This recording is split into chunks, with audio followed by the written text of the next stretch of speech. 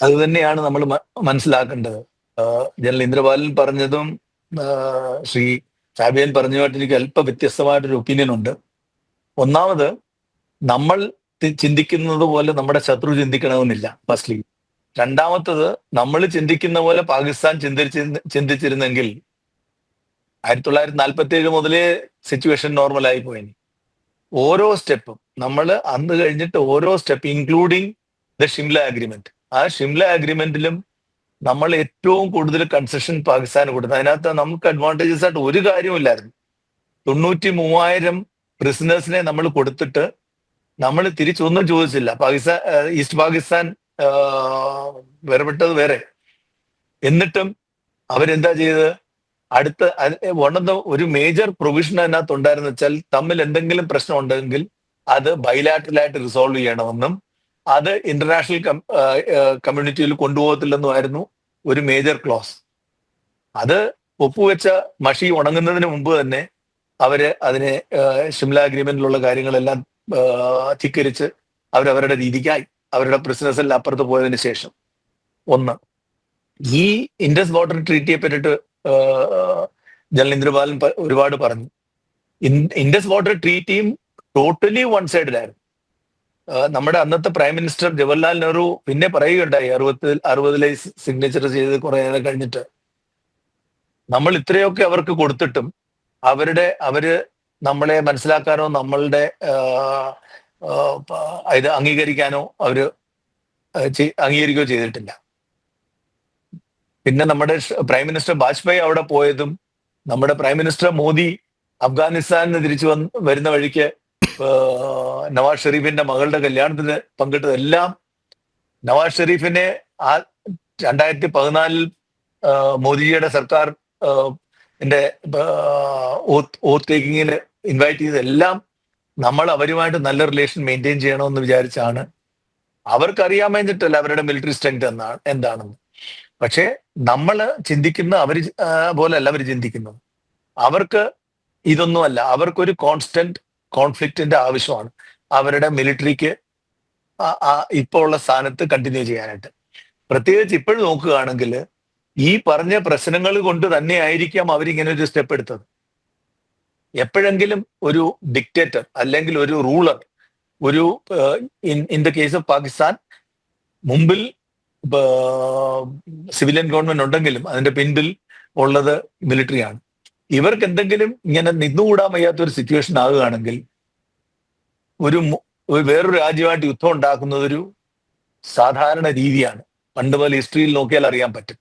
അപ്പോൾ ഈ അറ്റൻഷൻ മൊത്തം ഡൈവേർട്ട് ചെയ്യാനും ഈ പല പല ഡയറക്ഷനിലേക്ക് പോകുന്ന രാജ്യത്തെ, ഇവിടെ തന്നെ ബലൂചിസ്ഥാനിലും ഖൈബർ പഖ്തൂൺഖ്വായിലും ഇൻക്ലൂഡിങ് പഞ്ചാബും സിന്ധുവായിട്ട് പ്രശ്നങ്ങളുണ്ട്. അങ്ങനെ ഒരുപാട് പ്രശ്നങ്ങൾ, ഇതിനെപ്പറ്റിയിട്ട് കുറെയൊക്കെ ജലീന്ദ്രപാലൻ പറയുകയുണ്ടായി.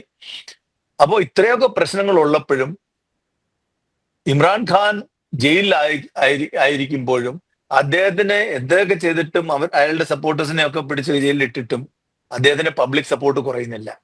ഒരു പാകിസ്ഥാൻ യൂത്തിന് പാകിസ്ഥാനി പൊളിറ്റീഷ്യനുമായിട്ടുള്ള വിശ്വാസവും കുറയുന്നു, ആർമിയായിട്ടുള്ള വിശ്വാസം കുറയുന്നു, ആർമിക്കുള്ള പാകിസ്ഥാനിലുള്ള സ്റ്റാൻഡിങ്ങും കുറയുന്നു.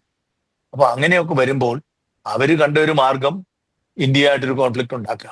അപ്പോൾ ഇന്ത്യയായിട്ട് കോൺഫ്ലിക്റ്റ് ഉണ്ടാക്കുമ്പോഴും ഇതുപോലെ ഇന്ത്യ കൗണ്ടർ ചെയ്യുമ്പോഴും അവർ ധരിച്ചിരിക്കുന്നതും ടു എ ലാർജ് എക്സ്റ്റെന്റ് ശരിയാണ്. ഇപ്പൊ ഇന്ത്യ എല്ലാം ഒന്നായി.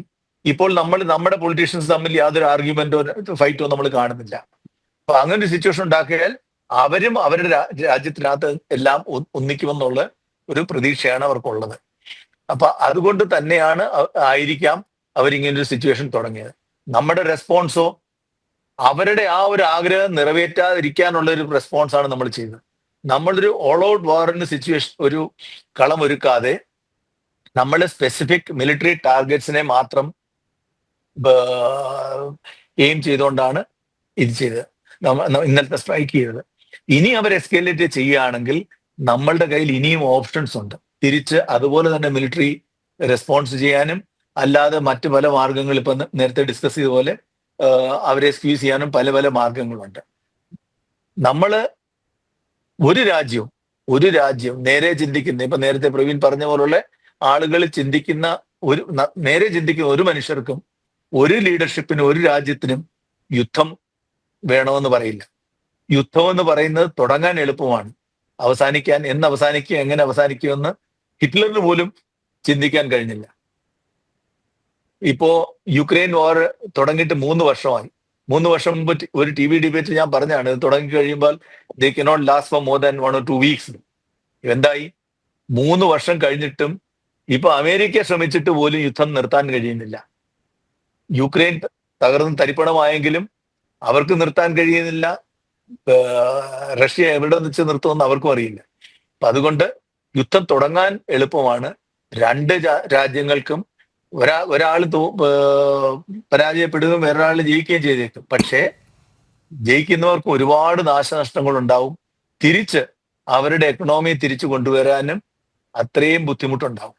അതുകൊണ്ട് ഒരു രാജ്യവും യുദ്ധം തുടങ്ങാൻ ആഗ്രഹിക്കുന്നില്ല. നമ്മളുടെ ചിന്താഗതി അതാണ്. പക്ഷേ അത് നമ്മുടെ പാകിസ്ഥാനിയുടെ തലയിൽ അടിച്ചേൽപ്പിക്കും എന്ന് പറയുന്നത് ശരിയല്ല. നമ്മൾ എന്നും ഓർത്തിരിക്കേണ്ടത്, നമ്മുടെ ശത്രു നമ്മുടെ കൂട്ടായിരിക്കില്ല ചിന്തിക്കുന്നത്.